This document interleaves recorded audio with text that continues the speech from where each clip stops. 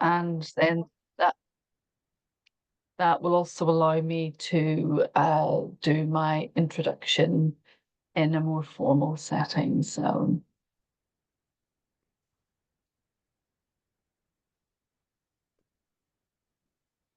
okay, thumbs up, Matthew. Can you see That's everything? all good. Yep. Yeah, wonderful. So, productivity, you and your business, and the curse of the accidental manager.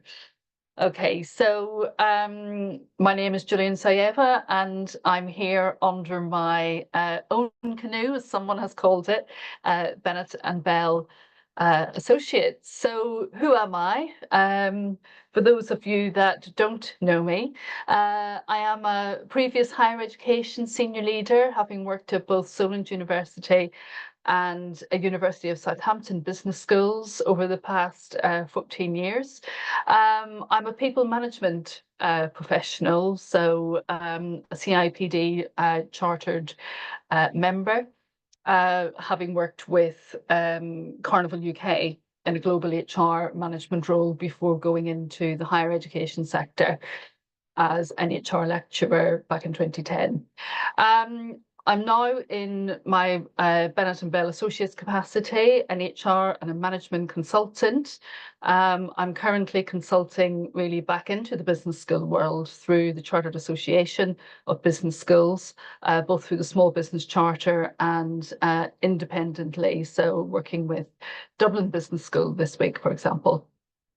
I'm also chair of the Chartered Management Institute South East Board. So if any of you are CMI members and are not on the LinkedIn group, please do so. Or if you even aren't a member, this is an opportunity for you to be part of that wider community as well. The South East Board does extend through to the Bournemouth border of the New Forest, with Bournemouth City itself falling into the Southwest Board, just so you know that. And I'm also a board member of the Small Business Charter Management Board. So my CMI responsibility and also my Small Business Charter Management Board responsibility will come through in terms of what's available out there to help productivity. So we're going to look at understanding what productivity is, how is it within the UK, how is it around the world, how does it impact you. We're going to explore what is the manager, and then in more detail explore what help is available out there. So in understanding productivity, this is the productivity puzzle, as it is known, is something that has been discussed over many years now.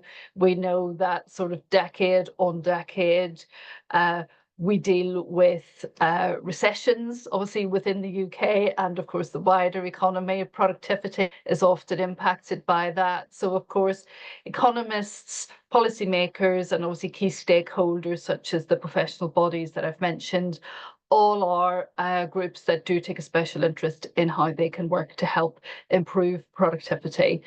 Of course, the UK is a little bit of a sore thumb with its other G7 brothers and sisters. And in more latter years, what we have seen is the UK fall back in its productivity. It was ranked up there at second and third during the height of the Blair administration.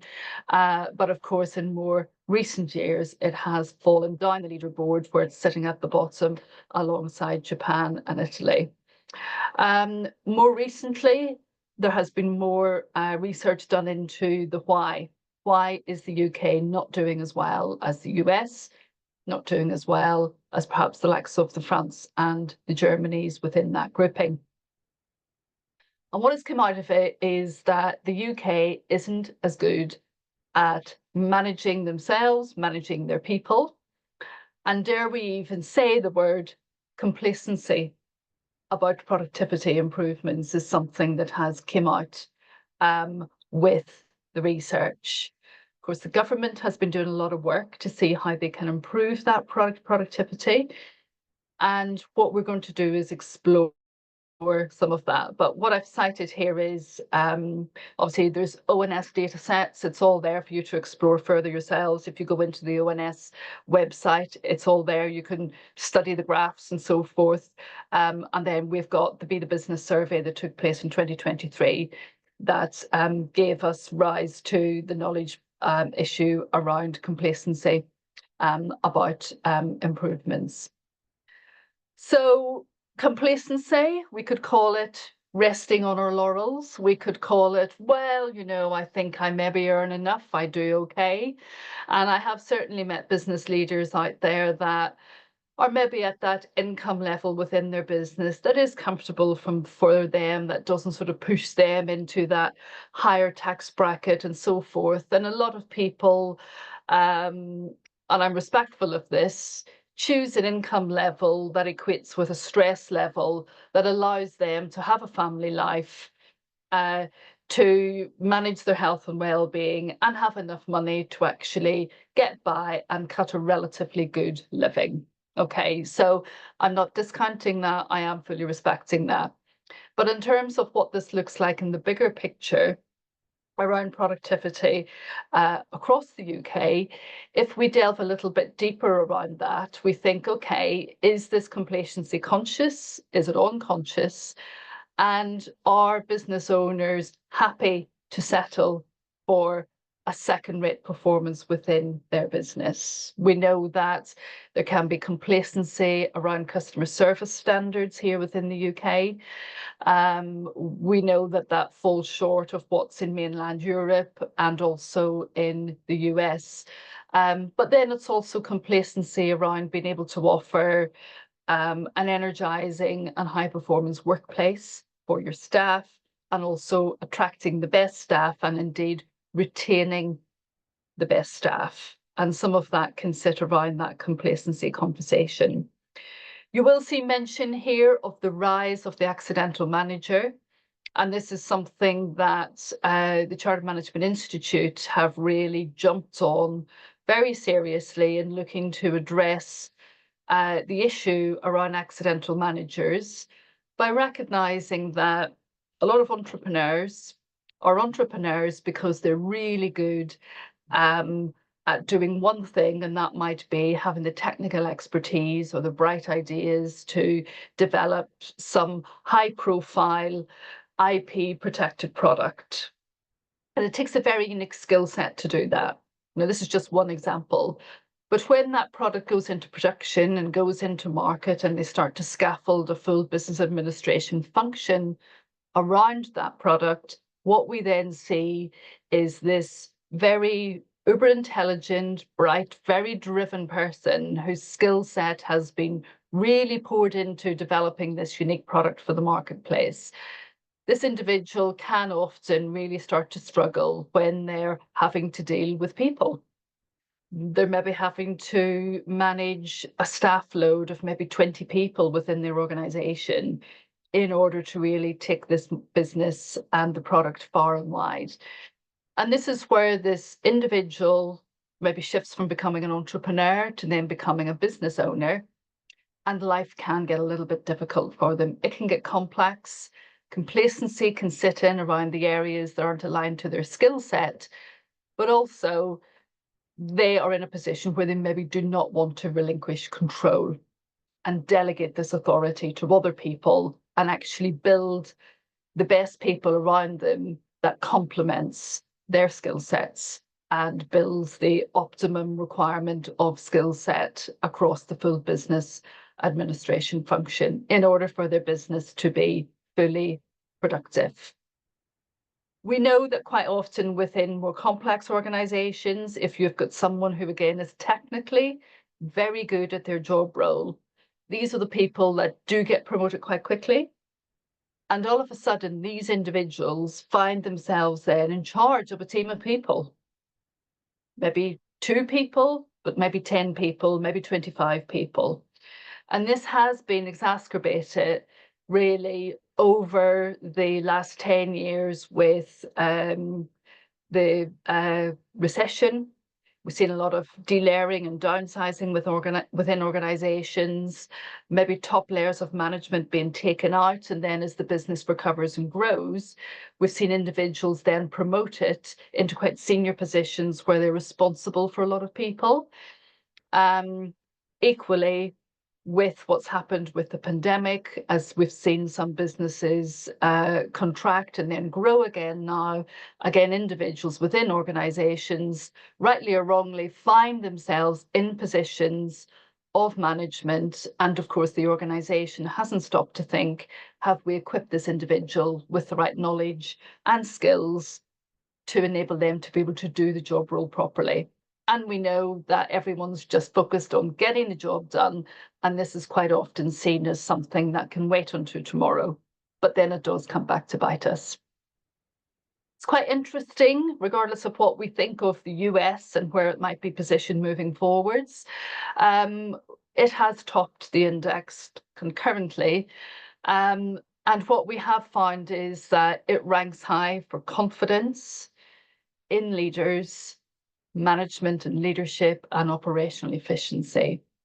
And I think we all know from a cultural point of view that American people are probably a lot quicker to compliment you on something if it's done well than what a British person might be. We know that from a customer service perspective, that it's much more driven.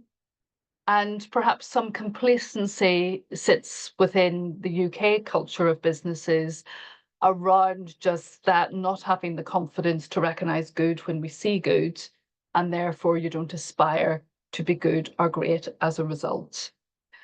And what has been reported through the ONS data set is 42% of business leaders were indeed evidencing plans for investment to really look at how they can better measure their business performance and, of course, staff performance within that. And of course, the UK was just slightly above half of what the US competitors were doing. So this is some stats to really show us what's happening out there on the world stage and then what's happening at a local level. So how does this impact you? Everyone has came on this call today and shared around what their business is doing. Some businesses large, some businesses small, some businesses supporting the wider effort for business growth. So in terms of how it impacts you, within this, there's a few sort of key searching questions around, first of all, well, how do you actually measure your business performance? What databases might you have in place? Do you have a functioning CRM? Are you using Power BI so that you can have a sophisticated visual and high data set working along to inform your decision making? How target driven are you? Are you one of these people that are happy to sort of sit within a comfortable position for your business, or are you really managing your business from a target perspective? How well executed is your strategic plan? Do you even have one? What's your financial well-being and what is your monitoring of that? How regular and effective are your operational meetings? Are they minuted? Are they processed in a formal business admin manner? What is your net promoter score? Do you even monitor it? Do you even know what that is? How effective is your shop window? And this question takes in your wider considerations around what your website looks like, what your social media profile looks like, how quick you are responding to things. So indeed, this can be your virtual shop window. It doesn't have to be a physical premises. And what handle have you actually got on your staff performance? There is a lot of debate out there around the usefulness of annual appraisals and so forth, but even if this is regular check-ins and conversations with your staff, ultimately, have you got a handle on it? How good are you at delegating authority and holding people to account? Do you follow up with underpinning communication in a written format after you've maybe had a verbal ask to someone to ask them to do something? How effective is your ability to actually make challenging decisions? And we know it's very easy to put those uncomfortable decisions off to another time, or to just put it under that stone and leave it for another day. How confident are you to have those difficult conversations with your staff, with your customers, maybe with other stakeholders if it's appropriate? Who is your mentor? If you haven't got one, maybe you need to be thinking about getting one. And then lastly, and this should put a smile on some people's faces who had mentioned integrity and leadership earlier, what does your moral and ethical compass check-in look like? And I think with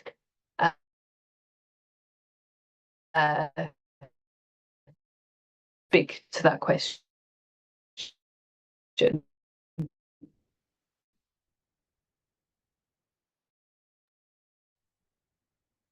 I don't know if it's me. Have we lost Gillian?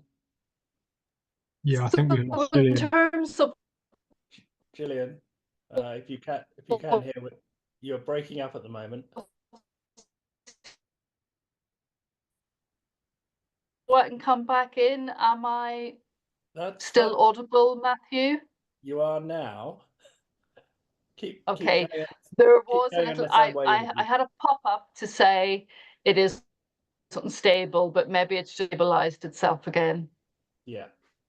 So We had a full outage for the last 24 hours, so maybe it's linked to that. It was only after your last point. So yeah, as you go on to this slide, you can carry on from there. Okay, super. Okay, thank you. So what is your compass? So this is where I'm going to introduce the Chartered Management Institute, obviously as one of my routes to business support. So Chartered Management Institute, it's been around for 75 years and is committed to building capability in leadership and management, not only across the UK, but increasingly globally. They do have a professional standard, and this professional standard is what chartered managers and potential members align themselves with. You will see at the bottom right-hand side of the screen, there is a wheel, which of course breaks down the detail of what the professional standard looks like. But essentially, it's personal effectiveness, interpersonal excellence, organizational performance, and being an ethical and inclusive leader. So within these areas, this is where you can really look at what you're doing to build your capability, your continuing professional development to be able to excel in these areas. If you go to the managers.org website, which is the CMI website, there is a full range of information there around CPD packages, education programs, and of course, routes to membership and how you can get qualifications both independently and funded through the higher and degree apprenticeship route. So with that, CMI and you, so this isn't just for corporate organizations, which of course is what a lot of people maybe think when they think professional bodies, but maybe you're someone at the start of your career. You want to go far, so you want to build in some structure and accountability early. This could be for you. You're maybe a dedicated manager wanting to sharpen your skills. So you're looking at how you can build maybe some formal qualifications or CPD in for yourself. Or maybe you are an entrepreneur looking to make an impact. So again, it is for everyone. You can even be retired and still want to maintain your continuing professional development. It can be your lifelong learning partner. There's a range of tools, there's management diagnostics available, and this can be for as little as £15 a month. There's a range of events that you can attend, largely virtually, and align that through your local CMI regional board, which of course is the Southeast for this part of the world. You can also get chartered. You can become a chartered member, you can become a chartered fellow.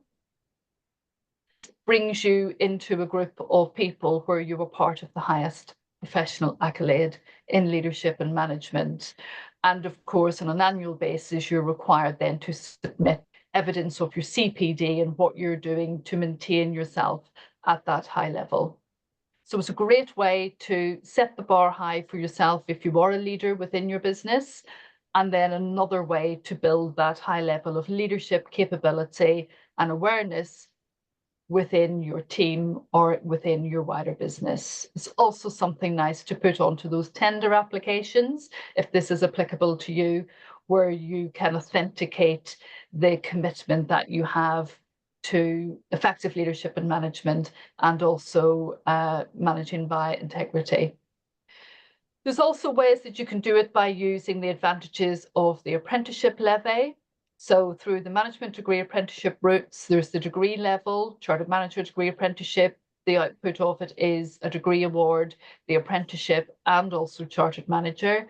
You've got the senior leader apprenticeship, which again gives you a postgraduate qualification, an apprenticeship qualification, and also chartered manager.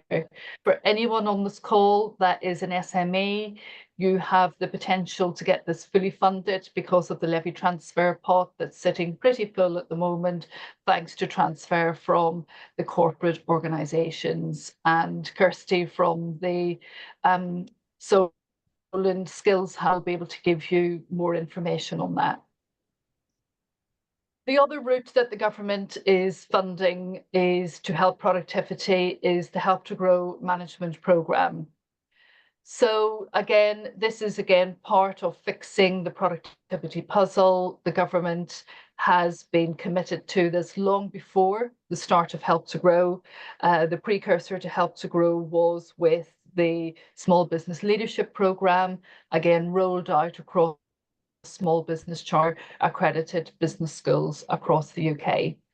This programme has been running since 2021, and in the latest budget update, we're very pleased that the funding for it has been extended into the next tax year, which is absolutely great. And this, of course, because of the high satisfaction rates. So 93% of course participants are in recommendation of it to their peers.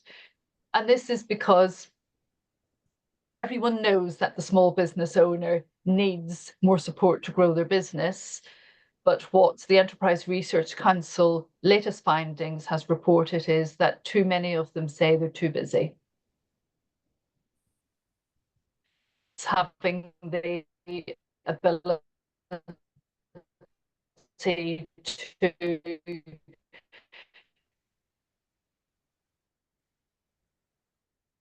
Gillian, we lost you again. be aware and be conscious.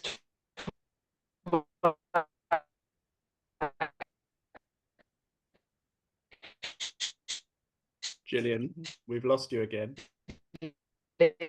Give yourself 3 to 4 hours a week to do something different. Gillian.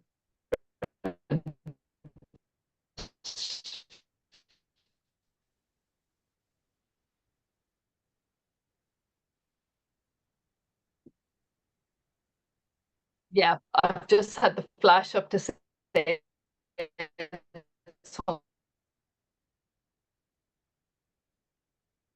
She'll be back.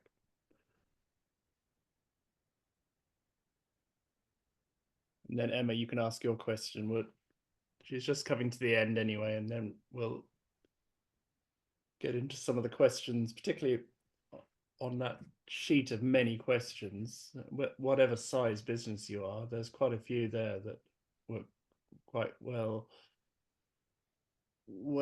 put and worth thinking about, whatever size business you are. And I guess, Astrid, that sort of process of working through those kind of questions is quite a valuable one for anyone, really.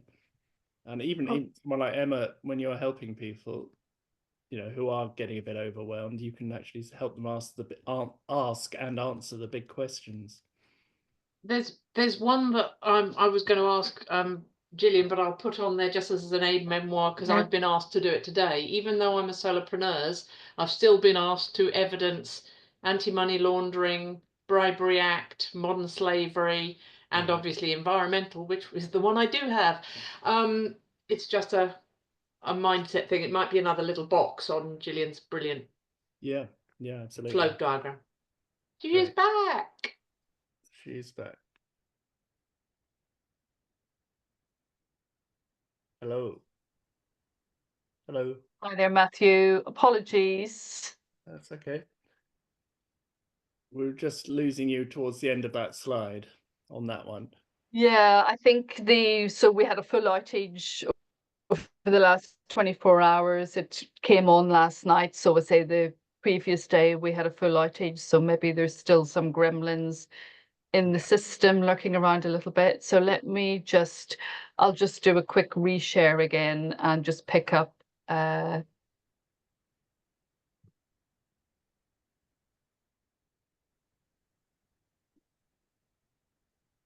we go.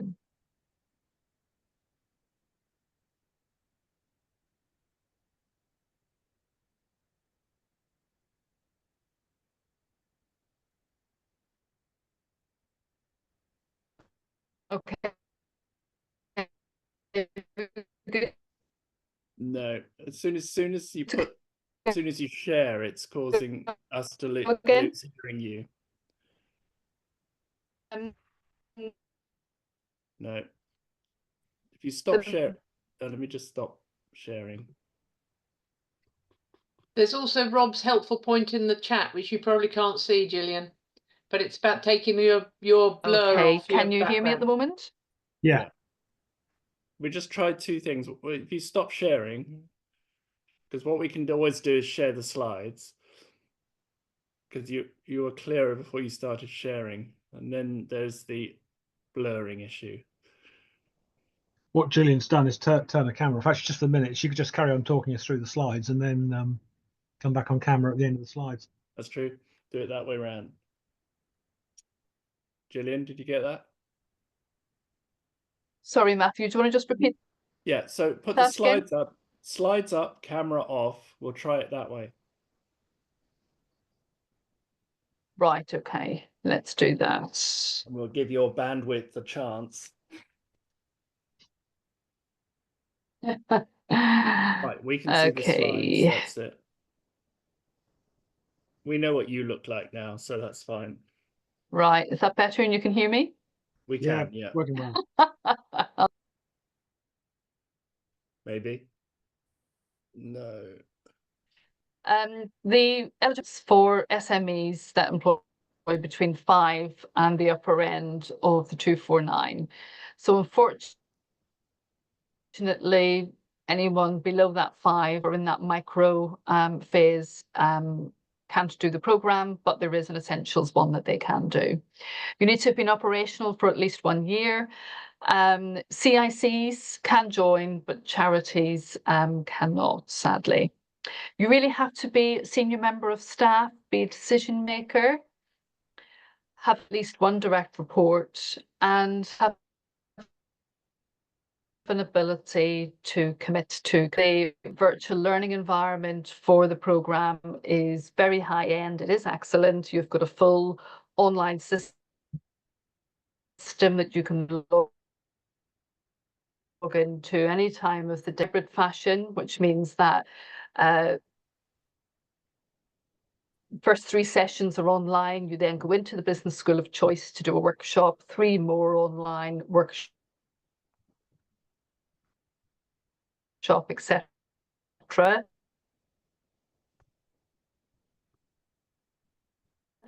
across a 12-week period from wherever you are in the world and attend. Everyone does like the opportunity to go into the business school, which are really seen as a nice way to add value. If you have 10 or 9 or more employees, you can send to. Okay, so what does the program consist of? Well, there are 12 modules. It's marketed as an MBA. It was the brainchild of our previous Prime Minister and then Chancellor of the Exchequer, Rishi Sunak. The curriculum, as I say, does mirror an MBA, takes you through the strategic business administration function of a business, it does build in both through workshops after every 3 modules. And during these workshops, they are real true to life case studies that everyone gets a chance to be in a room together with, review, and obviously learn from. The full concept of the program means that you're taking the knowledge from every module and you're then aligning it consciously with your own business to then develop a growth action plan. As part of the program, there are peer group calls with obviously small groups of people from the program. Generally, the programs have around 20 to 30 participants on them. So the peer group calls split you down into groups of, say, 3 to 5. And they follow each taught module on largely a weekly basis. So you've got the support of a peer group call, and then you have one-to-one support through the mentoring program that is administered by Enterprise Nation. And what we have seen is course participants having access to a mentor for maybe a stretch of 6 months. There is an alumni program where, of course, when you complete the program, you then transfer into be part of the Help to Grow Management Alumni Network, generally administered out of the business school that you have chosen to do the program with. But then there are national and regional alumni network events for you to be part of as well. And what we have seen, it's a great way for business owners to build their confidence through being aligned with like-minded people. And we know that there's a big business case there for a lot of your business success to come with the people that you actually surround yourself with in terms of their capability and their positive attitude. So local training providers, where can you do this? Well, we're very lucky that within the New Forest region, we've got the University of Southampton, we've got Winchester, and we've also got Bournemouth, who are actively recruiting for their next cohorts. All 3 of these organisations allow you to do it in a hybrid fashion. So again, it's at a time 3 online sessions, 1 workshop, which is generally a half-day workshop in the business school. By going on to the Help to Grow register site, you can then click in at register now, and you can then see what the actual time of day this event happens at, or the workshops happen at, and obviously which day of the week. So Wednesday and a Tuesday. And these are purposefully chosen to be middle of the week because we know Mondays and Fridays are generally quite busy times within businesses. Some people ask me which business school is best to go to. What should I consider in making my decision as to which business school to go to? So maybe you already have a relationship with one of these business schools. Maybe you have studied at these business schools previously or elsewhere within the university. So because you are an alumni, you maybe want to go back and be loyal to that organization. But maybe you're in a business that has got a reputation for that sector. So Bournemouth University, for example, very well known within the tourism and hospitality world.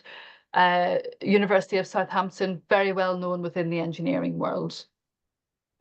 Winchester University, known for responsible business, known for education. So again, depending also on where you might live and how easy it might be for you to get to the university campus for the workshop days, again, this is what you may consider in your choice. They're all excellent business schools and they're all permitted to deliver the program because they hold the Small Business Charter accreditation. So if anyone wants to learn a little bit more about the program, the Help to Grow program in particular, wants to maybe understand if their business is suitable for it.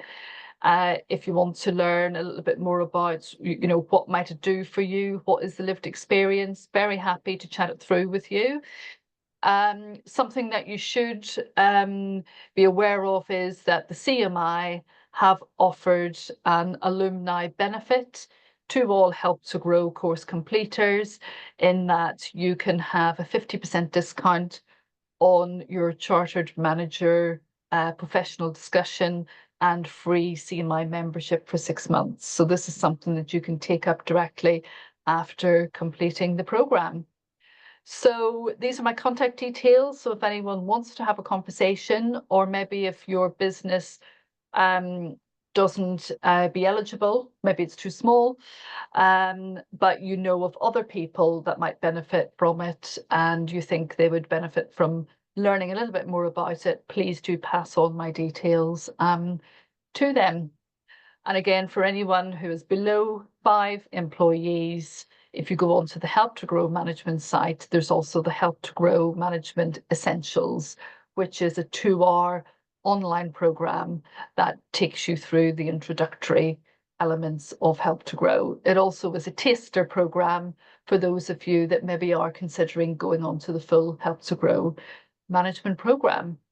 And Chris, if you have completed the Small Business Leadership Program, you are indeed eligible to do the Help to Grow Management Program. So something that you might want to consider. I'm happy to have a conversation with you about that, Chris. Okay, that's me, Matthew. I'm going to stop sharing. Great. Thank you very much indeed. Well done for persevering through that. And Yeah, so apologies for that. just coming back to questions in the last 10 minutes, you can try your camera for now, Gillian, see if that works again. And there we go. I suppose the point is that we're saying that one approach to increasing productivity is better training and more experience and being shared, particularly in peer groups and so on, through these various courses and so on. So that's one approach. And it's not at all cynical, but I mean, do we have the evidence that that is working, do you think, or is it still too early days? I would say it is still too early days to really see what impact Help to Grow is having on the UK productivity. So we have had just over 10,000 businesses register to go onto the programme. 80% of those that have registered have gone through and fully completed the programme. Okay, so we've got about 8,000 alumni out there who have had robust relationships with a mentor, have got a growth action plan. We've got a range of business schools out there that are actively working with the alumni and bringing them back in to share where they're at on their growth action plan. But why the government committed to delivering this programme through business schools and not through chambers and LEPs, it's really important to acknowledge this. It's so that businesses can have a relationship with their business school and with their university. Particularly in the last industrial strategy, the university sector was very much held up as a key engine within the UK economy, particularly around research and innovation. And this is where I would really invite businesses to really consider, if you do not have a relationship with your local university, this is a really good vehicle in order to get one. It gives you access to wider funding through Innovate UK, knowledge transfer partnerships, if you need to get more resource and knowledge into your business. If you're just looking for people to bring into your business, and we know you're a perfectly good example of this, having access to students through the placement and the funded internship programs is another really good way to build capability into your business and really start to build your talent pipelines. But also, if you've got a niggly bit of research that needs to happen within your business, you can't afford consultancy, working with your local business school is a really good way to get groups of students as part of their consultants modules to be management consultants for your business. And it only costs you your time. There's no fee to it. So it's a great way to grow your business in loads of other indirect ways and to just support you as a business owner. So again, if you're a business that doesn't have 5 employees on it and isn't able to qualify for the Help to Grow support route, go ahead and build a relationship with your business school and your university. They're all members here within the New Forest Business Partnership. Use the events and the networking opportunities to really maximize that. Yeah, definitely. Thank you. So what we'll do is, if we may, Gillian, we share your slides with people so they can think about particularly those please do. questions. The sort of grid with about 12 or 15, whatever it was, questions was very valuable, and as a opportunity for people to take stock and reflect. Yeah. Any other final thoughts from people before we wrap up? The sun is going down. Anything else anyone wants to share? It's just really important, and we found it all this week. We've got a lot of programs this week.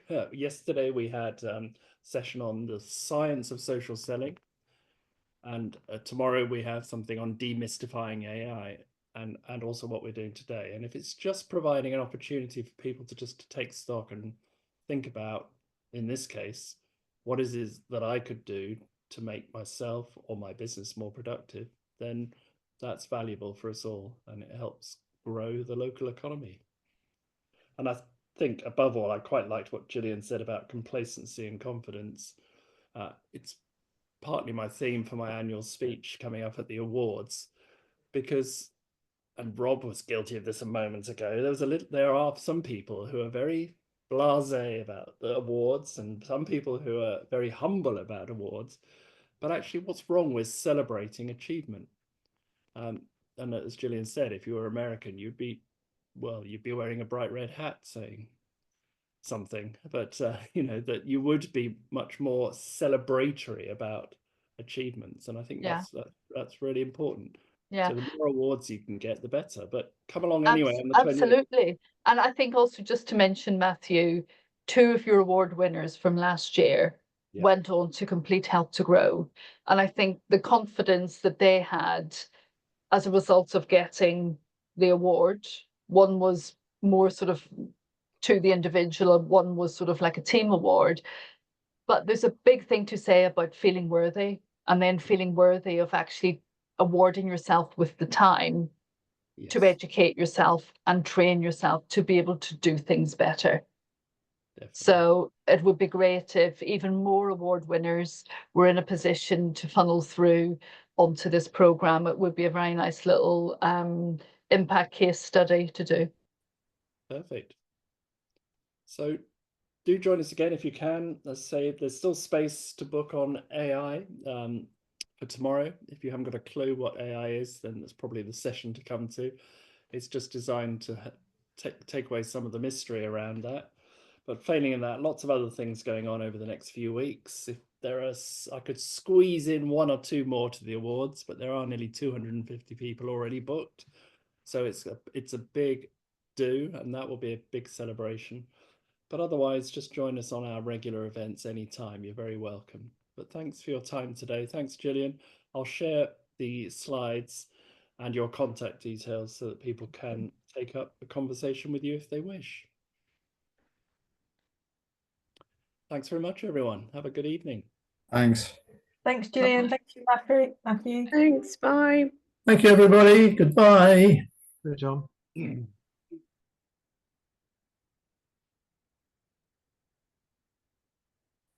I'll go in a minute.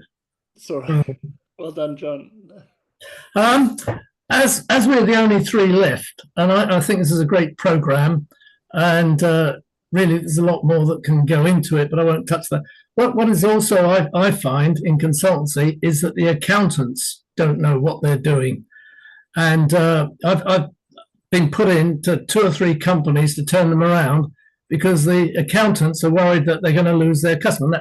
That's my, when I'm networking, I say to the accountants, which one customer are you worried about losing? I've been put in. So, for instance, the one where I did one accountancy company, he said he was the largest endorser, employing 70 people, put into to help this company. He was going to put into administration the next day.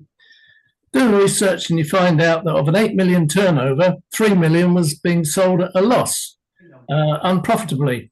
Cut all that out, get it down to 5 million. And what the accountant says to me, the chief, he says, oh, of course, they were undercapitalized. They weren't undercapitalized. They weren't making enough money from their gross profit to even cover their overheads. And it was the same with another company. So I just thought of this as a sales point for Gillian, but she's gone. I might see her in the next few days. But one of the questions when I'm consulting is, who do you turn to for advice? And they go, oh, my accountant. And then you say, so what advice have they given you in the last 6 months? Like nothing. Anyway, I just threw that one in. It's just up the stairs there. Yeah, no, sorry, John. The phones start ringing again at 5, Yeah. so that's what's going on. But no, thank you. Thanks for your thoughts. I mean, we don't have a lot of engagement, do we, Rob, from accountants? We have one company, our own accountant who comes, but not many others do, and that's interesting thought because the lawyers all come. Yeah. So no, interesting stuff. No, thanks a lot. Okay, I'm trying to find out how to log out. Bottom right-hand corner, they've changed the icon. Oh, right. Okay, cheerio. Bye. That's it. Thanks, Rob. I know you'll edit that anyway.